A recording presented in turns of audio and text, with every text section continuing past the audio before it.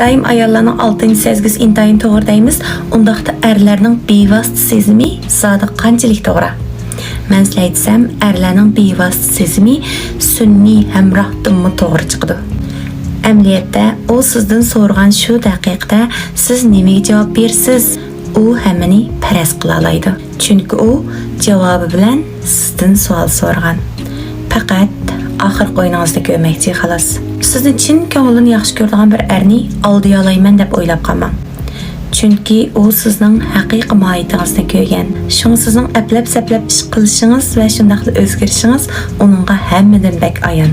Agar u ayrilib ketishni o'ylagan bo'lsa, bu muhabbatni asliga keltirish mumkin emas. Erlar g'ururiga taqashmasa, har qanday xuyingiz bo'lsa ko'tara oladi.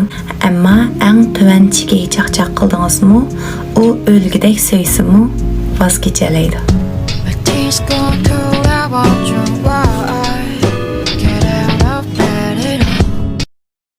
抖音